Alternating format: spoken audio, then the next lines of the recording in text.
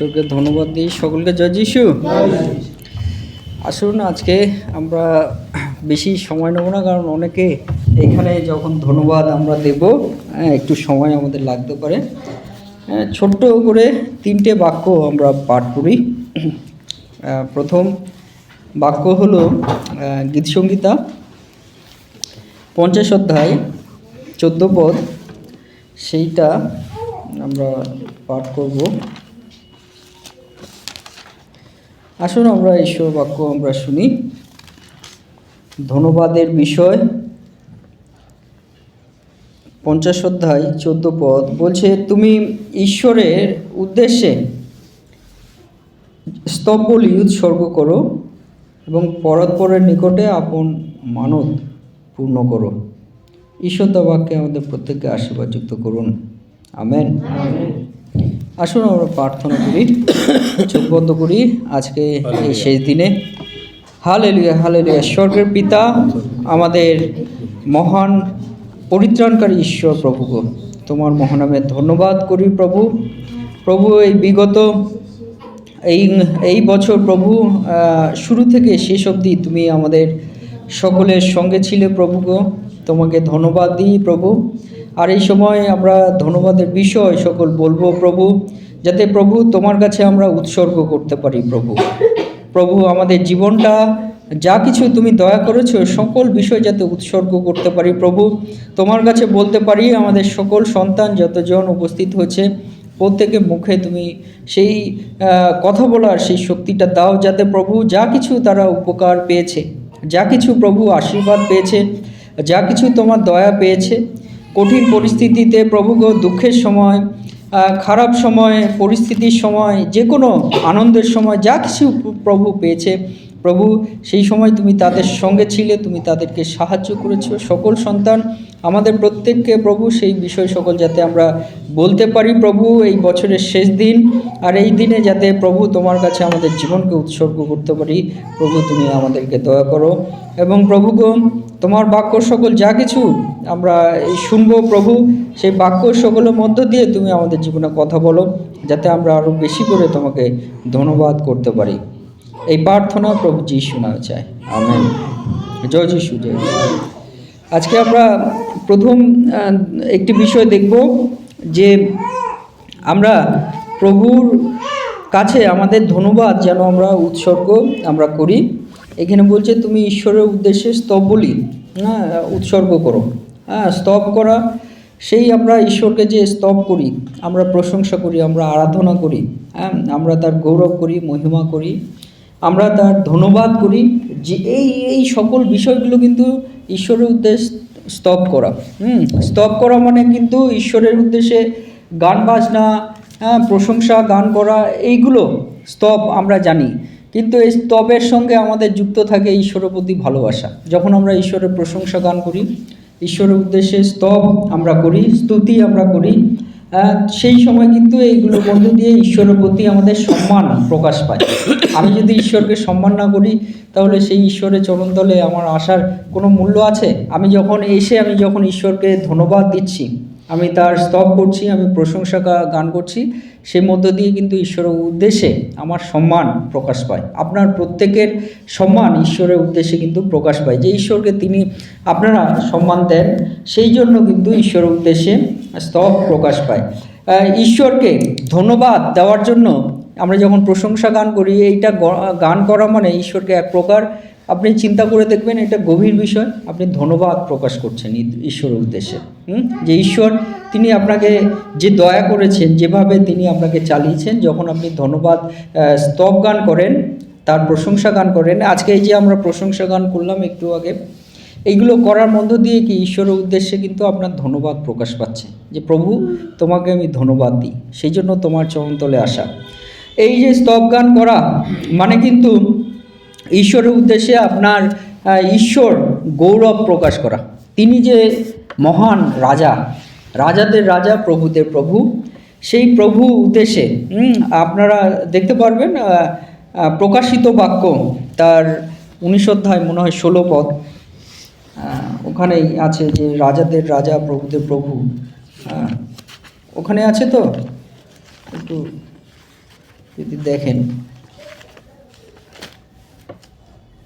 19 অধ্যায় 16 পদ, সেখানে রাজাদের রাজা প্রভুদের প্রভু, তার প্রতি আমাদের যে গৌরব, ঈশ্বরকে যে মহিমা, এগুলো প্রকাশ করার জন্য কিন্তু আমরা ঈশ্বরের উদ্দেশ্যে আমরা কিন্তু স্তব গান করি। এটা কিন্তু আমাদের ধন্যবাদ উৎসর্গ করা, এক প্রকার ঈশ্বরের উদ্দেশ্যে ধন্যবাদ উৎসর্গ করা। এবং বলছে যে তোমার মানব সকল পূর্ণ করো। এই যে মানব সকল পূর্ণ করো, কোন মানত পূর্ণ করবেন? এইখানে গীত সংহিতা 50 অধ্যায় 14 পদে যে লেখা আছে, ঈশ্বরের উদ্দেশ্যে স্তব বলি উৎসর্গ করো। এই স্তব বলির মধ্য দিয়ে ঈশ্বরের প্রশংসা, গৌরব যেমন উৎসর্গ করা হচ্ছে, ঈশ্বরের উদ্দেশ্যে ধন্যবাদ উৎসর্গ করা হচ্ছে, ঈশ্বরের মহিমা, ঈশ্বরকে মহিমা করার বিষয় উৎসর্গ করা হচ্ছে। সেই সঙ্গে সঙ্গে বলছে পরস্পরের নিকটে আপন মানত পূর্ণ করো।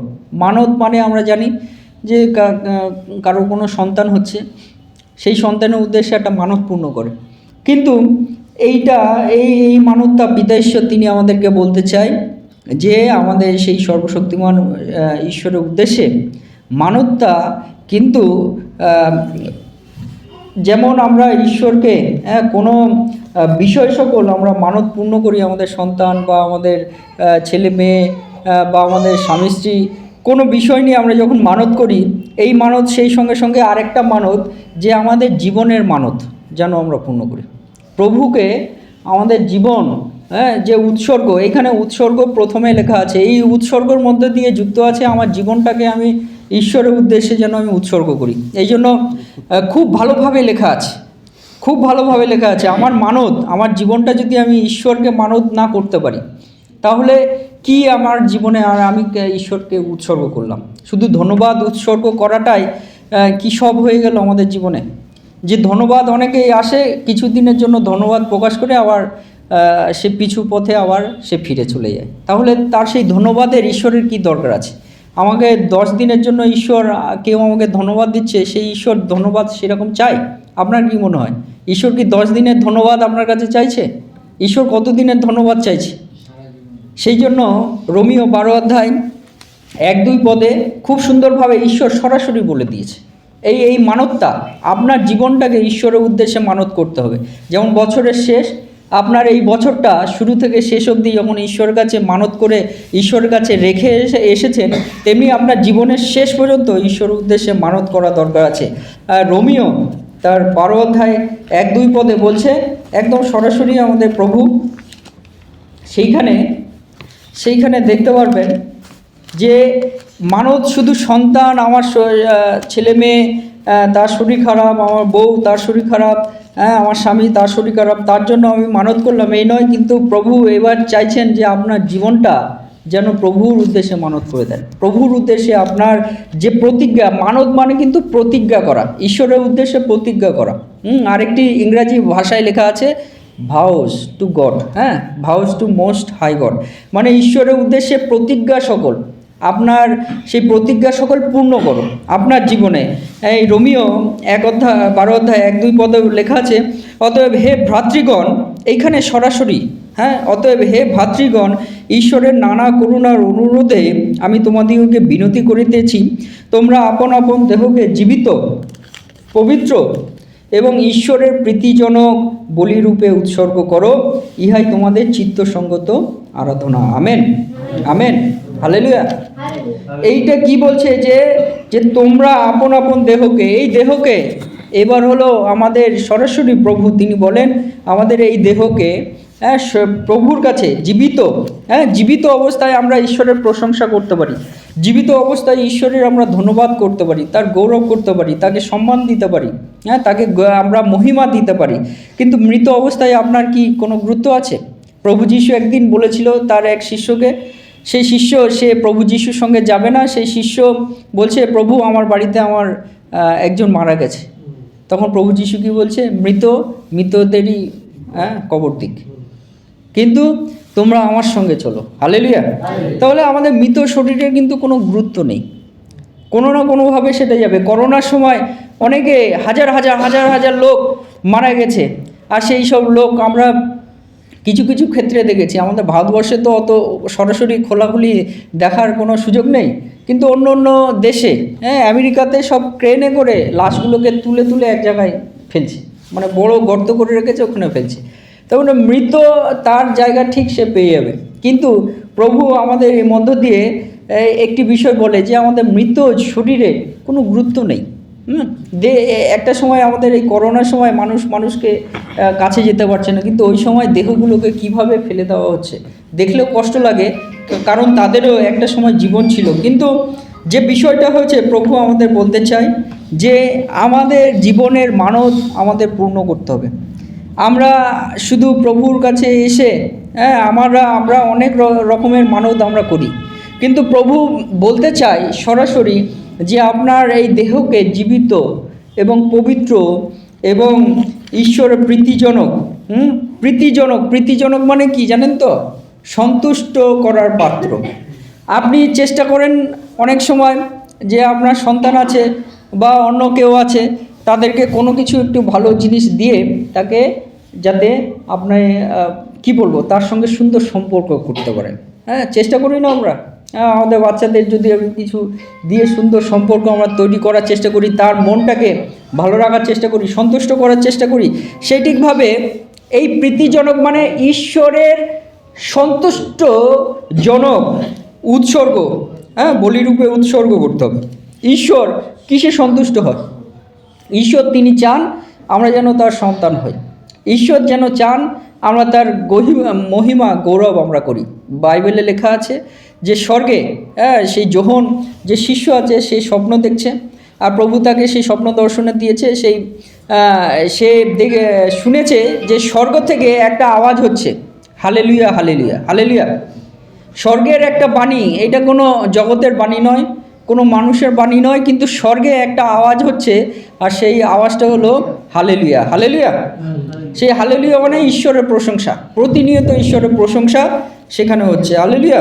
সেই ঠিকভাবে প্রভু তিনি চান যে আমরা প্রভুকে সন্তুষ্ট করার জন্য, তার মনকে রাখার জন্য, তার মনকে প্রীতিজনক করার জন্য আমাদেরকে কি করতে হবে? আমাদের এই দেহকে ঈশ্বরের উদ্দেশ্যে উৎসর্গ করে দিতে হবে, হালেলুয়া। এটাই বলছে চিত্তসঙ্গত আরাধনা, চিত্তসঙ্গত ঈশ্বরের উদ্দেশ্যে আরাধনা। তাহলে আজকে আপনাদের বলতে চাই যে এই বছরের শেষে প্রভু আমাদের একটি বিষয় বলতে চাই, তার উদ্দেশ্যে যেন আমরা আমাদের স্তব সকল আমরা উৎসর্গ করি, তার কাছে ধন্যবাদ সকল যেন আমরা উৎসর্গ করি, এবং সেই সঙ্গে সঙ্গে তার কাছে যেন আমরা একটা প্রতিজ্ঞাবদ্ধ আমরা যেন পূর্ণ করি, প্রতিজ্ঞাযুক্ত যেন আমরা হই। হালেলুয়া। সে বিষয় কিন্তু বিদেশে বলতে চান। এবং এইখান থেকে একটি বিষয় আরেকটি, 1 তিমথি 4:4-5 পদ, 1 তিমথি 4:4-5 পদ, সেখানে বলছে যে ঈশ্বর সমস্ত কিছুই সুন্দর তৈরি করেছে, সমস্ত কিছুই। আজকে আপনারা দেখতে পাচ্ছেন একটা খাতা আছে, এই খাতায় লেখা আছে animals of Alaska red Fox, মানে এইখানে এই খাতায় লেখা আছে যে এই যে আলাস্কা শহরের একটা জন্তু বা পশু, সেটা হলো রেড ফক্স, মানে লাল শিয়াল। এইটা দেখতে পাচ্ছেন? এই যে শিয়ালটা, ঈশ্বর দেখুন কত সুন্দরভাবে সৃষ্টি করেছে, যে আমাদের দেশের শিয়ালগুলো এরকম নয়। আমাদের দেশের শিয়াল যদি ওখানে চলে যায়, ওখানে থাকতে পারবে না, একদম বরফ জায়গা, আর বরফের মতো জায়গায় দেখুন ঈশ্বর কিভাবে একটা পশুকে সৃষ্টি করে রেখে দিয়েছে, তার গায়ে বড় বড় লোম আছে। আর কি ক্ষমতা আছে আমরা হয়তো অতটা যদি আমরা স্টাডি করি, আমরা পড়াশোনা করি, আমরা জানতে পারবো তার শরীরে আর কি ক্ষমতা ঈশ্বর দিয়ে রেখেছে, যে এরকম বরফের মতো জায়গায় এই পশুগুলো এইগুলো কিন্তু থাকছে। কিন্তু আমাদের দেশে যে ধান খেতে যে শিয়ালগুলো, এটা হলো বরফ দেশের শিয়াল, রেড ফক্স। আর আমাদের দেশের শিয়াল হলো এইগুলো কিন্তু ওই ঠান্ডার জায়গায় থাকতে পারবে না। আমাদের দেশের যে শিয়ালগুলো, তার এই ধান ক্ষেত মতো জায়গা, এই যে কম ঠান্ডা জায়গা, সেরকম জায়গায় সেগুলো থাকতে পারবে। সেই ঠিকভাবে আমি বলতে চাই যে ঈশ্বর তিনি যা কিছু সৃষ্টি করেছে, এই একটি বিষয়ের মধ্যে দিয়ে আমি বলতে চাইছি, ঈশ্বর তিনি যা কিছু সৃষ্টি করেছে সমস্ত কিছুই কিন্তু উত্তম এবং মঙ্গল সৃষ্টি। এখানে বাইবেলে তাই বলে। 1 তিমথি 4:4-5 পদে বলছে বাস্তবিক ঈশ্বরের সৃষ্ট সমস্ত বস্তুই ভালো, ধন্যবাদ সহকারে আর গ্রহণ করিলেও কিছুই অগ্রাহ্য নয়, কেননা ঈশ্বরের বাক্য ও প্রার্থনা তাহা পবিত্রকৃত হয়। আমেন। এইটি ঈশ্বর একটি বিষয়, এটা খাদ্যের বিষয় লেখা আছে, হ্যাঁ, খাদ্যের, যে যা কিছু ঈশ্বর তৈরি করেছে সবই ঈশ্বর ভালো সৃষ্টি করেছে, কিন্তু সেই সঙ্গে সঙ্গে আরেকটি বিষয়, শুধু এই খাদ্যের বিষয় নেই, ঈশ্বর আরও বিষয় যেগুলো বলতে চাই, ঈশ্বর যা কিছুই তিনি সৃষ্টি করেছে এই জগতে সমস্ত কিছুই ভালো। হালেলুয়া। আর সেই জন্য আমরা যেন ঈশ্বরকে প্রতিনিয়ত আমরা ধন্যবাদ দিই, ধন্যবাদ দিয়ে যেন ঈশ্বরের কাছে আমরা আমাদের জীবনের ধন্যবাদ প্রকাশ করি। হালেলুয়া। সেই জন্য আজকে বলতে চাই যে ঈশ্বর এই জগতে যা কিছু সৃষ্টি করেছে, ঈশ্বর এই পৃথিবীতে যা কিছু সৃষ্টি করেছে, আপনার জীবনে যা কিছু ঈশ্বর দয়া করেছে সমস্ত কিছুই ভালো। হালেলুয়া। আজকে একটি ঘটনা বলতে চাই যে মসি হলো ঈশ্বরেরকে বিশ্বাসে তা মসির একটা ভূমিকা আছে, বিশাল ভূমিকা। মসিকে ঈশ্বর এমনভাবে রক্ষা করেছিল, হ্যাঁ, মসির জীবন নষ্ট হয়ে যাচ্ছিল। কেমন? যে সেই মসি যে দেশে থাকতো সেইখানে রাজা বলছে সমস্ত প্রথমজাত শিশু যদি এরকম পুত্র সন্তান হয় তাদেরকে মেরে ফেলতে। সে তো সব জায়গায় সমস্ত এইরকম বাচ্চাদেরকে মেরে ফেলা হচ্ছে, কিন্তু মসিকে কিন্তু তার মা, হ্যাঁ, ঈশ্বরের দয়া, ঈশ্বরের জ্ঞানে, হ্যাঁ, সেই মসিকে কিন্তু রক্ষা করেছিল এবং ঈশ্বর তার মধ্যে এক বুদ্ধি দিয়েছিল, হ্যাঁ, যেভাবেই হোক ঈশ্বর সেই মসিকে এই ঝুড়ির মধ্যে দিয়ে, হ্যাঁ, একটা ছোট নদী মতো সেখানে ছেড়ে দিয়েছিল, যেখানে ওই দেশের রাজার মেয়ে স্নান করতো। আর সেইখানে সেই ঝুড়ি ভাসতে ভাসতে তার কাছে চলে যায়, আর সেই ঝোপের মধ্যে কান্না হয়। আর সেই রাজার মেয়ে তাকে দত্তক পুত্র, নিজের তো পুত্র নয়, কিন্তু তাকে পেয়েছে এবং তাকে দত্তক পুত্র হিসাবে তাকে মানুষ করেছিল। এবং মানুষ করার পরে সেই মসি তাকে তার গৃহে রেখে তাকে সেই শিক্ষায়, তাদের যে শিক্ষা, রাজাদের যে শিক্ষা, যা কিছু শিক্ষা প্রয়োজন সেই শিক্ষায় তাদেরকে বৃদ্ধি করতে শুরু করলো। এবং সেই জায়গায় মসির মা, সে কিন্তু সেই দুধ খাওয়ানোর জন্য পরিচারিকা, মানে তার কাজ হলো ওই বাচ্চাকে দুধ খাওয়ানো, এইটাই হলো তার কাজ। সে পরিচারিকা হিসেবে কাজ পেয়ে গেল, আর সেইখানে সেই মসি বৃদ্ধি হলো। এবং সেই মসি অনেক বড় হলো। পরবর্তীতে সেই মসি সেই দেশ থেকে বিভিন্ন কারণে, আপনাদের বলতে গেলে অনেক সময় যাবে, বিভিন্ন কারণে সে বেরিয়ে আসলো। বেরিয়ে আসার পরে সে এক জায়গায় থাকলো, সেইখানে তার একজনকে বিয়ে করলো।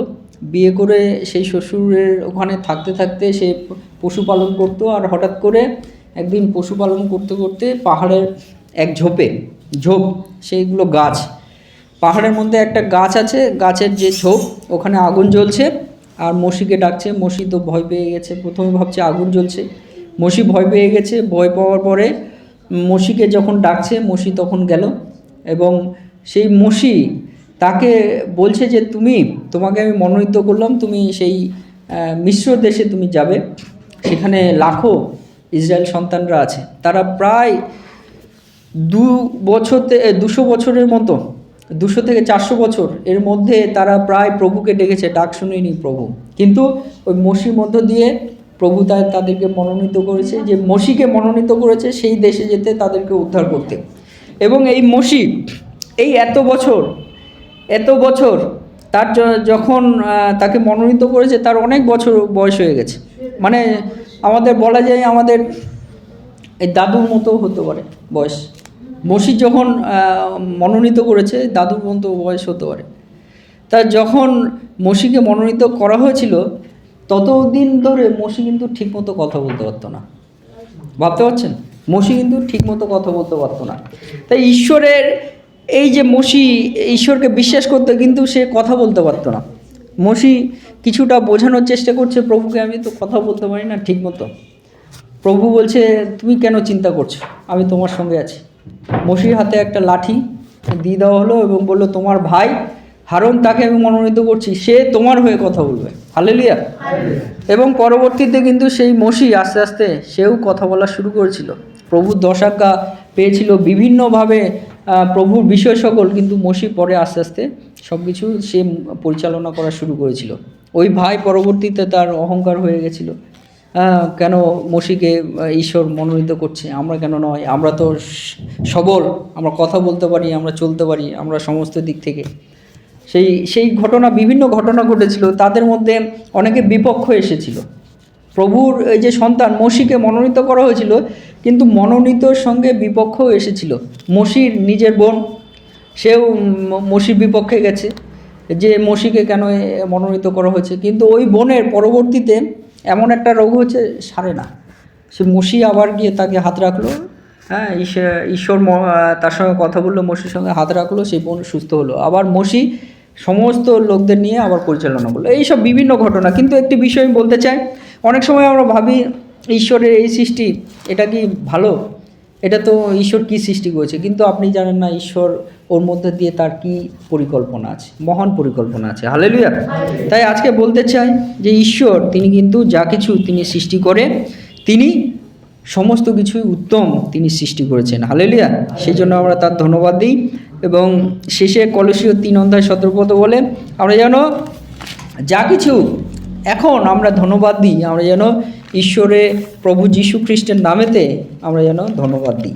আমরা যেন কলসীয় 3:17 যা কিছু আছে আমরা যেন প্রভু যীশু খ্রিস্টের নামেতেই ধন্যবাদ দিই। আমরা মনে রাখি সেই প্রভু যীশু খ্রিস্ট, এখানে লেখা আছে 3:17, আর বাক্যে কি কার্যে যাহা কিছু করো, বাক্যে কি কার্যে যাহা কিছু করো, সকলেই প্রভু যীশুর নামে করো, তাহার দ্বারা পিতা ঈশ্বরের ধন্যবাদ করিতে করিতে ইহা করো। আমেন। পিতা ঈশ্বরকে ধন্যবাদ করিতে করিতে আমরা কিন্তু প্রভু যীশুর নামে আমরা ধন্যবাদ দেব। ঈশ্বর তিনি খুশি হন, ঈশ্বর তিনি মহিমান্বিত হন, ঈশ্বর তিনি গৌরবান্বিত হন, ঈশ্বর তিনি সম্মানপ্রাপ্ত হন, ঈশ্বর সমস্ত কিছু তিনি গ্রহণযোগ্য হন যখন আমরা প্রভু যীশুকে আমরা ধন্যবাদ দিই। হালেলুয়া।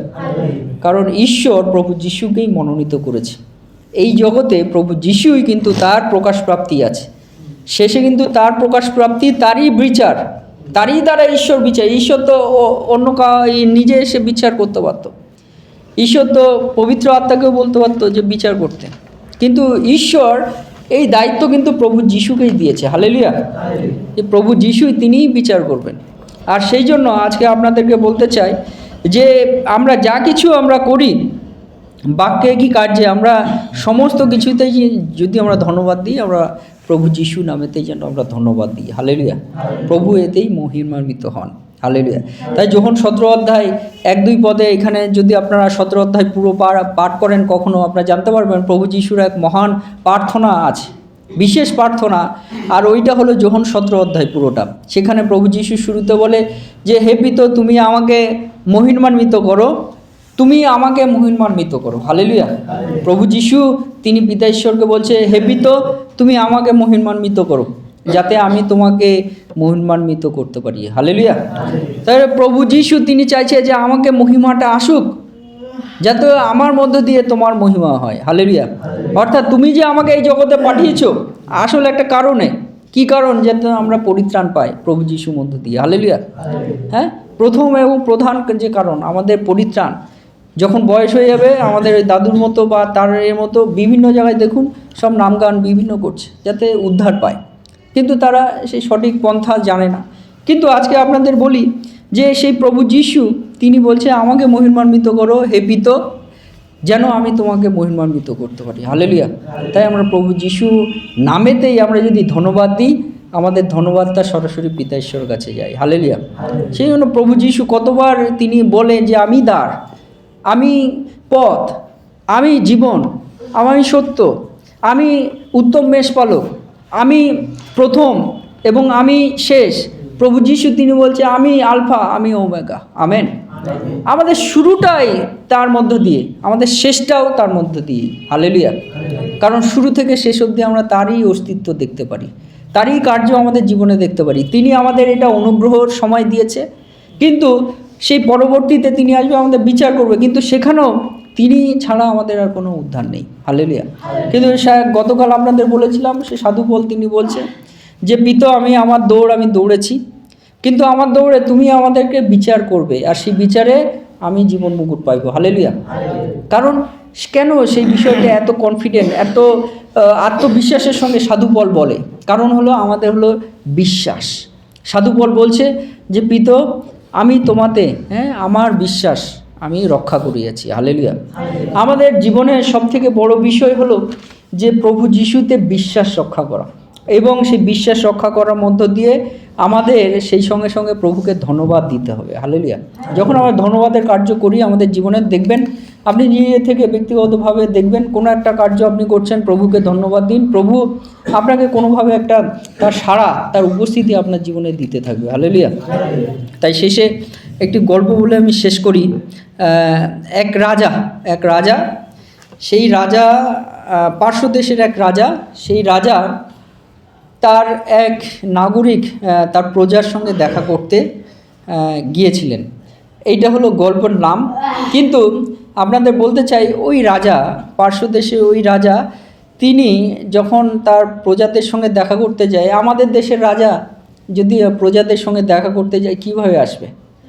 রাজা তার ঘোড়া নিয়ে আসবে, তার রথ নিয়ে আসবে। এখনকার সময়ে যারা মুখ্যমন্ত্রী, প্রধানমন্ত্রী, তারা কিভাবে আসবে? তারা সুন্দর ভালো গাড়ি করে আসবে, কারণ জীবনের ঝুঁকি হতে পারে। এবং তার সঙ্গে সঙ্গে প্রধানমন্ত্রীর সঙ্গে কে আসবে? অনেক পুলিশ এবং নামকরা পুলিশ। তারা সবসময় খেয়াল রাখবে মানুষের নড়াচড়া সমস্ত কিছু। আর এইদিকে তো যে প্রধান, সে তো আমাদের এইখানে দেখা করতে আসবে, আর আসতে গেলে তার চারপাশে মনে হবে যেন 10,000 লোক ছেকে আছে, এরকম। এইরকম অবস্থা, তার চারপাশের লোক অনেক তাকে প্রোটেক্ট করার জন্য আছে। এইভাবে কিন্তু রাজা আমাদের দেখা করতে আসে। কিন্তু আর এইভাবেই নর্মালি দেখা করতে যায় সকল দেশের রাজা, আর প্রধানমন্ত্রী বলুন, মুখ্যমন্ত্রী বলুন, তাদের জায়গায় যখন যাবে তারা কিন্তু তাদের সেফটি নিয়ে যায়। কিন্তু এই রাজা, পুরাতনকালের এই রাজা, তিনি একটু আলাদা ধরনের ছিল। তিনি যখন তার দেশের প্রজাদের সঙ্গে দেখা করতে যেত, তখন তিনি সেই তার ঘোড়ায় করে, রথে করে তিনি দেখা করতে যেত না, কিন্তু তিনি অন্যভাবে দেখা করতে যেত। তিনি ছদ্মবেশ নিত, জামা ছেঁড়া, বা কাপড় নোংরা, খালি পায়ে, এরকম একটা অবস্থায়, চুল টুল অগোছলো, মুখের অবস্থা একদম অন্যরকম, মানে সেই রকম সাজ নিয়ে তার দেশে সে দেখা করতে যেত। আর সেরকম সে মাসে মাসে এটা করতো। কিন্তু একটা মাসের ঘটনা, যে সে যখন ওই রকম সাজে গেছে আর তার দেশে সমস্ত জায়গায় দেখাশোনা করছে যে কেমন কি আছে আমার দেশের অবস্থা, আমার দেশের মানুষের কেমন কি আছে, তাদের খাবার ঠিকঠাক পায় কি না, তারা ঠিকঠাকভাবে কাজ করে কি না, এইসব বিভিন্ন কারণে, এবং কোনো জায়গায় কোনো রকম অন্যায় হচ্ছে কি না, অবিচার হচ্ছে কি না, এইগুলো দেখার জন্য সেই রাজা কিন্তু তার দেশের মানুষদের দেখা করার জন্য কিন্তু সেই রূপ নিয়ে, সেই রকম মানুষদের মতো, আমাদের সাধারণ মানুষ আমাদের মতো সেরকম বেশ তার সজ্জা নিয়ে, রূপসজ্জা নিয়ে সে কিন্তু যেত, একদম নর্মাল মানুষের মতো। এবং সেই দেখতে যেতে যেতে একদিনের ঘটনা, সেই এক শ্রমিকের বাড়িতে, এক প্রজার বাড়িতে গেছে। সেই প্রজার, ওটা অ্যাকচুয়ালি বাড়ি নয়, গুদাম ঘর, যেমন চাল, গম এইগুলো মজুত করে রাখা হয়, সেরকম এক প্রজার কাছে গেছে। এবং সেও খুব গরিব হয়ে গেছে, খুব গরিব সাজে সে গেছে, এবং গিয়ে বলছে, আমি এখানটায় এসছি, আমি এই জায়গা থেকে এসছি, আমাকে কিছু খেতে দাও। সেই গরিব প্রজা, সে গুদাম ঘরে, সে তার খাবার থেকে তাকে ভাগ করে খেতে দিয়েছে, তাকে খেতে দিয়েছে, এবং বলছে, আমি এখন এখানে থাকতে চাই, আমি আবার দূর দেশে পাড়ি দিতে চাই, আমি আজ তোমার সঙ্গে থাকতে চাই। সেই রাজা, যে গরিব সাজসজ্জায় ছিল, সে তার সঙ্গে সেখানে থেকেছে, তার সঙ্গে থেকেছে, তার সঙ্গে গল্প করেছে, তার বিভিন্ন বিষয় শুনেছে। শুনে সেই রাজা পরের দিন সেই চলে গেল। সেই গরিব একজন, সে পরের দিন চলে গেল। চলে গিয়ে আবার অন্য সময় এবার রাজা তার সজ্জা নিয়ে এসেছে। যেমন নর্মালি, যেমন আমাদের প্রধানমন্ত্রী বলো, আমাদের যেসব আগেকার রাজারা, তারা যেমন ঘোড়ায় করে যেমন দেখা করতে, তো সেরকম সেই রাজা কিন্তু এবার তার সাজসজ্জা যেরকম, সেই রকম নিয়ে কিন্তু রাজা সেই দেখা করতে গেছে বিভিন্ন জায়গায়। কিন্তু সে কিন্তু জানে তার যে গরিব সজ্জা নিয়ে সে যখন মানুষের কাছে গেছে, সে জানে দেশের অবস্থা কেমন। আর যখন সে সুন্দরভাবে সেজে গেছে, সবাই সব কিছু বলার সুযোগ পাবে না। কারণ কেন? মন্ত্রীরা বারণ করবে, তোমরা কেউ বলতে পারবে না তোমরা কেমন আছো। রাজার কাছে বলতে গেলে, রাজার কাছে যদি বলে, রাজা আমি খারাপ আছি, আমি দুঃখে আছি, আমি কষ্টে আছি, খেতে পাই না, মন্ত্রীরা কি করবে? মন্ত্রীদের নাম খারাপ হয়ে যাবে। হ্যাঁ, মন্ত্রীরা বলতে দেবে না, কিন্তু রাজা জানে আসল অবস্থা কী। কিন্তু ওই শ্রমিকের কাছে রাজা গেছিল, ওই তার সাজসজ্জা নিয়ে, তার রাজকীয় বস্ত্র পরিধান করে গিয়ে বলছে যে তোমার বাড়িতে, তোমার কাছে আমি একদিন ছিলাম, তোমার সঙ্গে আমি ছিলাম। তখন এই কথা শুনে সেই শ্রমিক সে অনেকটা অবাক হয়ে গেল। সে রাজা তাকে বলছে, তুমি কি ভাবছো? তেমন কিছু ভাবছো? কিছু তোমার দরকার আছে? বলছে রাজা, আমার কিছু দরকার নেই, কিন্তু তুমি রাজা, তুমি এই দেশের রাজা, তোমার এত ক্ষমতা, এত প্রতিপত্তি, তুমি আমার কাছে এসছো, আমার কাছে এসে আমার সঙ্গে খাবার খেয়েছো। তাদের খাবার কেমন আর রাজাদের খাবার কেমন হবে আপনার কি মনে হয়? আমার সঙ্গে এসছো, আমার সঙ্গে খাবার খেয়েছো, আমার সঙ্গে তুমি শুয়েছো, আমার কাছে তুমি সময় কাটিয়েছো, এর থেকে বড় আনন্দ আর কিছু নেই। হালেলুয়া।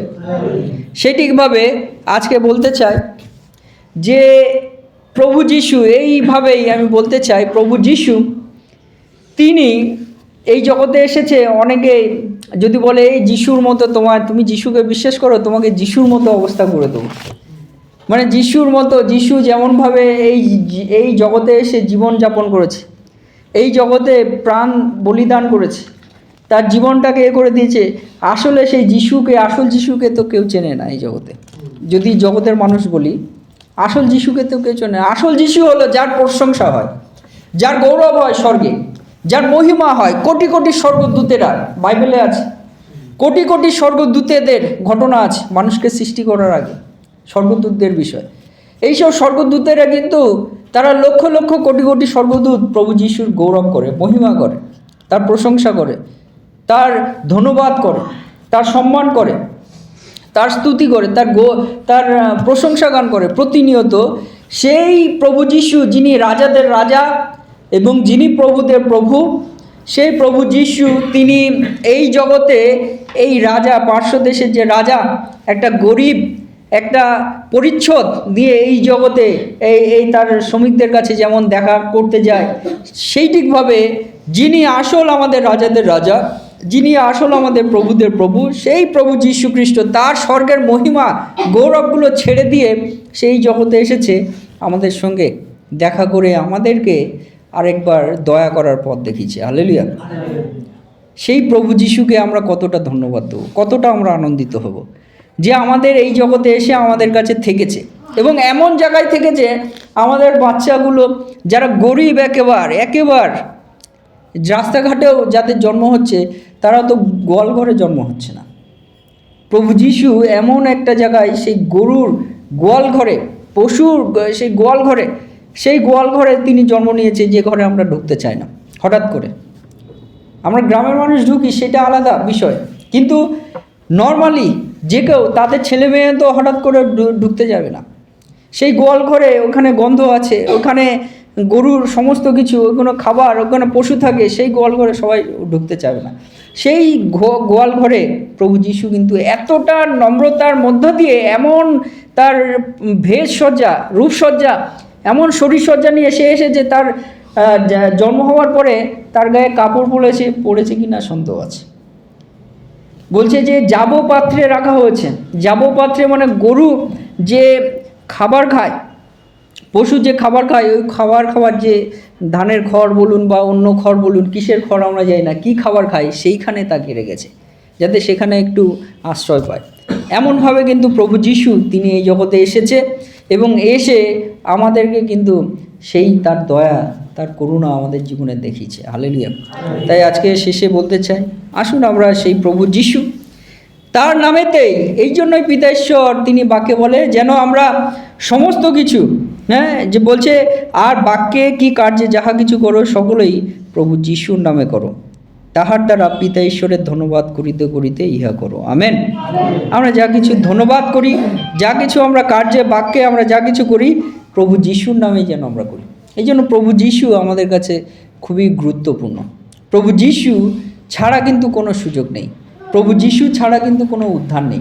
প্রভু যিশুই কিন্তু একমাত্র, ওই যে বলছে না স্বাগতম স্বাগতম, একটু গান হলো যিশু রাজা স্বাগতম, কিন্তু শেষের একটি সেই পদ ছিল যে তিনি হলো প্রথম, তিনি এইরকম তার আত্মত্যাগ দ্বারা আমাদের জীবন উদ্ধারের পথ দেখিয়েছেন। হালেলুয়া। আর কেউ নেই এই জগতে। এই জন্য প্রভু যিশু আমাদের কাছে, প্রত্যেকের কাছে, আপনার কাছে, আমার কাছে, এই জগতের সকল মানুষের কাছে খুবই গুরুত্বপূর্ণ।